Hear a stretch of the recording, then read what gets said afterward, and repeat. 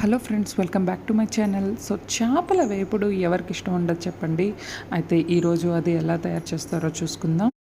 చేపలు అయితే శుభ్రంగా కడుక్కోవాలి. నేను అయితే ఇక్కడ సెలెక్టెడ్ పీసెస్ అయితే తీసుకున్నాను. రుచికి తగినంత ఉప్పు, రుచికి తగినంత కారం, పసుపు 1 టీ స్పూన్ వేసుకోండి, మసాలా 1 అర టీ స్పూన్, అల్లం వెల్లుల్లి paste 1 teaspoon, oil 1 teaspoon వేసుకోండి.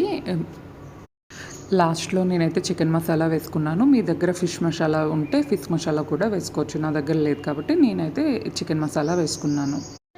ఒక 10 మినిట్స్ పాటు ఈ మిశ్రమాన్ని మనం పక్కన పెట్టుకోవాలి. తరువాత వేడి వేడి పెనంలో ఈ విధంగా మనం వేగనివ్వాలి. స్లో ఫ్లేమ్లో వేగనివ్వాలి. వేగితే అది క్రిస్పీగా వస్తుంది. మనం హై ఫ్లేమ్లో వేగితే లోపలంతా పచ్చి పచ్చిగా ఉండిపోతుంది. స్లో ఫ్లేమ్లో ఈ విధంగా వేపుకోవాలి.